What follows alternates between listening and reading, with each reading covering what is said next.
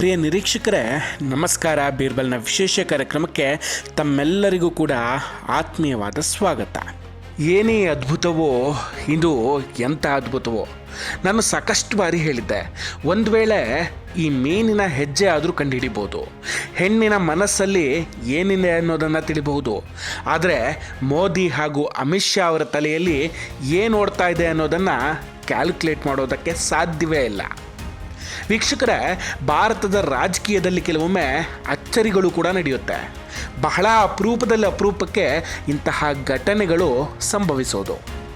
ಮೊದಲ ಬಾರಿಗೆ MLA ಆದವರು ಮುಖ್ಯಮಂತ್ರಿಯಾಗೋದು, ಮೊದಲ ಬಾರಿಗೆ MP ಆದವರು ಪ್ರಧಾನಮಂತ್ರಿ ಆಗೋದು, ಇದೆಲ್ಲ ಕೂಡ ತೀರಾ ಕಡಿಮೆ. ನರೇಂದ್ರ ಮೋದಿಯವರು ಗುಜರಾತ್ CM ಆಗಿದ್ದಾಗ ಶಾಸಕರು ಸಹ ಆಗಿರಲಿಲ್ಲ. ನಂತರ ರಾಜ್ಕೋಟ್ನಲ್ಲಿ ಗೆದ್ದಿದ್ರು.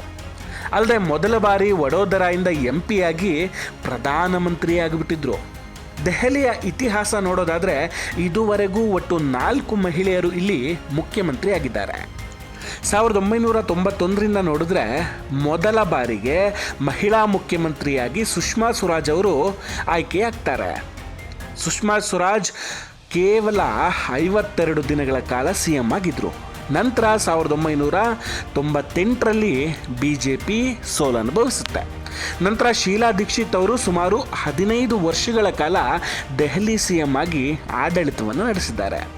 ಇದಾದ ಮೇಲೆ ನಿಮಗೆಲ್ಲ ಗೊತ್ತೇ ಇದೆ, ಅರವಿಂದ್ ಕೇಜ್ರಿವಾಲ್ ಜೈಲಿಗೆ ಹೋಗಿ ವಾಪಸ್ ಬಂದು ರಾಜೀನಾಮೆಯನ್ನು ಕೊಟ್ಟಿದ್ದರು.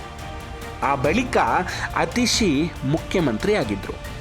ಈಗ 4ನೇ ಮಹಿಳಾ ಮುಖ್ಯಮಂತ್ರಿಯಾಗಿ ದೆಹಲಿಯಲ್ಲಿ ರೇಖಾ ಗುಪ್ತಾ ಅವರು ಆಯ್ಕೆಯಾಗಿದ್ದಾರೆ. मैं रेखा गुप्ता ईश्वर की शपथ लेती हूँ कि मैं विधि द्वारा स्थापित भारत के संविधान के प्रति सच्ची श्रद्धा और निष्ठा रखूंगी. मैं भारत की प्रभुता और अखंडता अक्षुण्ण रखूंगी. मैं मुख्यमंत्री के रूप में अपने कर्तव्यों का श्रद्धापूर्वक और शुद्ध अंतःकरण से निर्वहन करूंगी. BJP ರೇಖಾ ಗುಪ್ತರನ್ನೇ CM ಆಗಿ ಆಯ್ಕೆ ಮಾಡಿದ್ದು ಯಾಕಾಗಿ? ಯಾರು ಈ ರೇಖಾ ಗುಪ್ತಾ? ಕೇಜ್ರಿವಾಲನ್ನೇ ಸೋಲಿಸಿದಂತಹ ಪರ್ವೇಶ್ ವರ್ಮಾ ಅಂತಹ ನಾಯಕರನ್ನ ಸೈಡಿಗಟ್ಟಿ ರೇಖಾ ಗುಪ್ತಾ CM ಆಗಿದ್ದು ಹೇಗೆ? ಎಲ್ಲವನ್ನ ಕೂಡ ಡಿಟೇಲ್ ಆಗಿ ಹೇಳ್ತಾ ಹೋಗ್ತೀನಿ.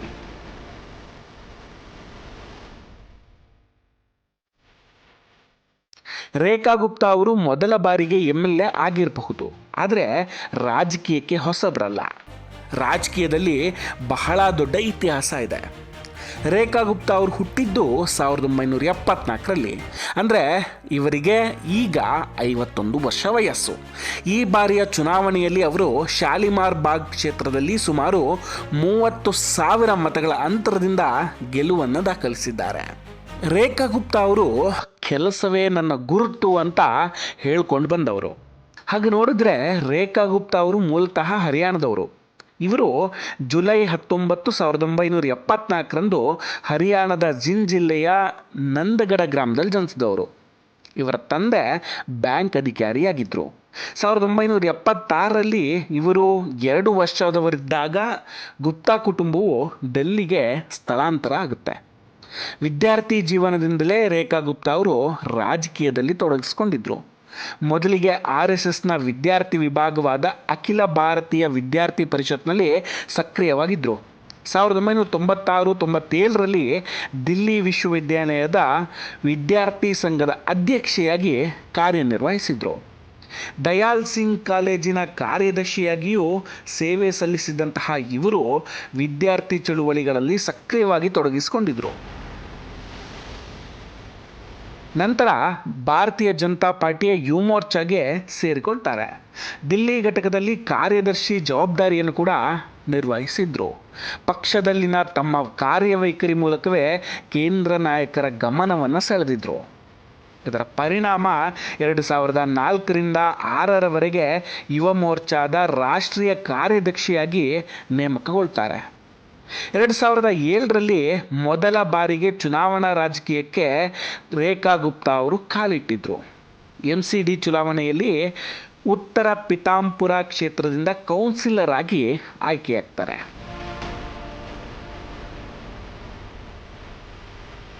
2007ರಿಂದ 2009ರವರೆಗೆ MCDಯಲ್ಲಿ ಮಹಿಳಾ ಕಲ್ಯಾಣ ಮತ್ತು ಮಕ್ಕಳ ಅಭಿವೃದ್ಧಿ ಸಮಿತಿಯ ಅಧ್ಯಕ್ಷರಾಗಿಯೂ ಇವರು ಸೇವೆಯನ್ನು ಸಲ್ಲಿಸಿದ್ದಾರೆ.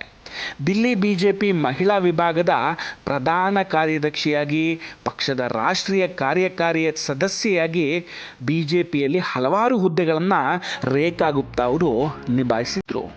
ಇವರ ಸಾಮರ್ಥ್ಯವನ್ನು ಗುರುತಿಸಿ ಕಳೆದ ವರ್ಷ ದಿಲ್ಲಿ ಮೇಯರ್ ಸ್ಥಾನಕ್ಕೆ ನಡೆದ ಚುನಾವಣೆಯಲ್ಲಿ BJP ಇವರನ್ನೇ ಅಭ್ಯರ್ಥಿಯಾಗಿ ಆಯ್ಕೆ ಮಾಡಿತ್ತು.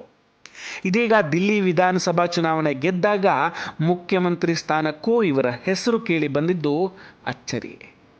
ನಿರೀಕ್ಷೆಯಂತೆ CM ರೇಸ್ನಲ್ಲಿದ್ದಂತಹ ಡೈನಾಮಿಕ್ ವ್ಯಕ್ತಿತ್ವದ ರೇಖಾ ಗುಪ್ತಾ ಅವರಿಗೆ BJP CM ಕುರ್ಚಿ ನೀಡಿದೆ. ಈ ಮೂಲಕ ರಾಷ್ಟ್ರ ರಾಜಧಾನಿಯಲ್ಲಿ ಮತ್ತೆ ಮಹಿಳೆಯೊಬ್ಬರ ರಾಜ್ಯಭಾರ ಮುಂದುವರಿಯಲಿದೆ. BJP ರೇಖಾ ಗುಪ್ತರನ್ನು CM ಆಗಿ ಆಯ್ಕೆ ಮಾಡಿದ್ರ ಹಿಂದೆ ಒಂದು ದೊಡ್ಡ ಮಾಸ್ಟರ್ ಪ್ಲಾನ್ ಇದೆ. ಈ ಬಾರಿ ದೆಹಲಿಯಲ್ಲಿ BJP 70ರಲ್ಲಿ 9 ಕ್ಷೇತ್ರಗಳಲ್ಲಿ ಮಹಿಳಾ ಅಭ್ಯರ್ಥಿಯನ್ನು ಕಣಕ್ಕಿಳಿಸಿದೆ. ಅದರಲ್ಲಿ 4 ಮಂದಿ ಕೂಡ ಗೆದ್ದಿದ್ದಾರೆ. ಅಲ್ಲದೆ ದೆಹಲಿಯಲ್ಲಿ ಈ ಸಲ ಮಹಿಳಾ ಮತದಾರರು ಹೆಚ್ಚಾಗಿ ಬಂದು ಮತವನ್ನು ನೀಡಿದ್ದಾರೆ. ಸುಮಾರು 60.92% ಮಹಿಳಾ ಮತದಾನ ಈ ಬಾರಿ ದೆಹಲಿಯಲ್ಲಿ ಆಗಿದೆ. ಅದಕ್ಕೆ ಹೋಲಿಸ್ಕೊಂಡ್ರೆ ಪುರುಷರ ಮತದಾನದ ಪ್ರಮಾಣ 60.21. ಅಂದರೆ ದೆಹಲಿಯಲ್ಲಿ ಈ ಬಾರಿಯ ಚುನಾವಣೆಯಲ್ಲಿ ಮಹಿಳಾ ಮತದಾರರು ಬಹಳ ದೊಡ್ಡ ಪಾತ್ರವನ್ನು ವಹಿಸಿದ್ದಾರೆ. ಅಲ್ಲದೆ ಆಮ್ ಆದ್ಮಿ ಪಕ್ಷ ಕೂಡ ಮಹಿಳಾ ಮತದಾರರ ಮೇಲೆ ಡಿಪೆಂಡ್ ಆಗಿತ್ತು. ಆದರೆ ಈ ಬಾರಿ ಅವರು ಸೋತಿದ್ದಾರೆ. BJP 48 ಸ್ಥಾನಗಳನ್ನು ಗೆದ್ದುಕೊಂಡಿದೆ. ಅಲ್ಲದೆ BJP ತನ್ನ ಪ್ರಣಾಳಿಕೆಯಲ್ಲಿ ಮಹಿಳೆಯರಿಗಾಗಿ ವಿಶೇಷ ಯೋಜನೆಗಳನ್ನು ಕೂಡ ಘೋಷಣೆ ಮಾಡಿತ್ತು. ಮಹಿಳಾ ಸಮೃದ್ಧಿ ಯೋಜನೆ ಅಡಿಯಲ್ಲಿ ಪ್ರತಿ ತಿಂಗಳು ಮಹಿಳೆಯರಿಗೆ 2,500 ರೂಪಾಯಿ ಹಣವನ್ನು ನೀಡುವ ಭರವಸೆಯನ್ನು ಕೂಡ ಕೊಟ್ಟಿದ್ದಾರೆ. ಅಷ್ಟೇ ಅಲ್ಲದೆ ಫ್ರೀ ಬಸ್ ಕೂಡ ಘೋಷಣೆ ಮಾಡಿತ್ತು. ಗರ್ಭಿಣಿಯರಿಗೆ ಕೂಡ 21,000 ಹಣವನ್ನು ಮತ್ತು ನ್ಯೂಟ್ರಿಷನ್ ಕಿಟ್ಟನ್ನು ಕೊಡುವ ಭರವಸೆ ಕೂಡ ಕೊಟ್ಟಿದ್ರು. ಇನ್ನೊಂದು ಕಡೆ ಅತಿಶಿ ಕೂಡ ರೇಖಾ ಗುಪ್ತರ ಆಯ್ಕೆಯನ್ನು ಹೊಗಳಿರೋದು ಆಶ್ಚರ್ಯ. ಜೊತೆಗೆ BJP ಇತ್ತೀಚೆಗೆ ಹೊಸ ಮುಖಗಳನ್ನು ನಾಯಕರನ್ನಾಗಿ ಆಯ್ಕೆ ಮಾಡ್ತಿದೆ. ಯುವಕರನ್ನು ರಾಜಕೀಯದ ಕಡೆ ಕರೆದುಕೊಂಡು ಬರ್ತಿದ್ದಾರೆ. ಮಧ್ಯಪ್ರದೇಶ್, ಛತ್ತೀಸ್ಗಢ, ಗುಜರಾತ್ನಲ್ಲಿ ಕೂಡ ಹೀಗೆ ಆಗಿದೆ.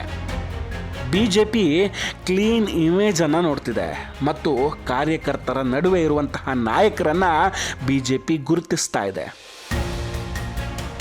ಬೇರೆ ರಾಜಕಾರಣಿಗಳನ್ನು ಹೋಲಿಸಿದರೆ ರೇಖಾ ಗುಪ್ತಾ ಅವರ ಆಸ್ತಿ ತೀರಾ ಕಡಿಮೆ.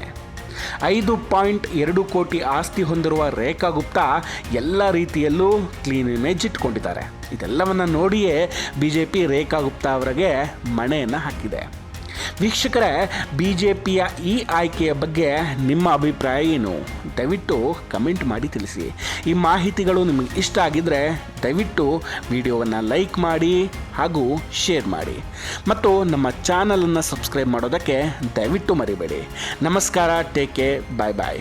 ಮತ್ತೆ ಭೇಟಿಯಾಗೋಣ.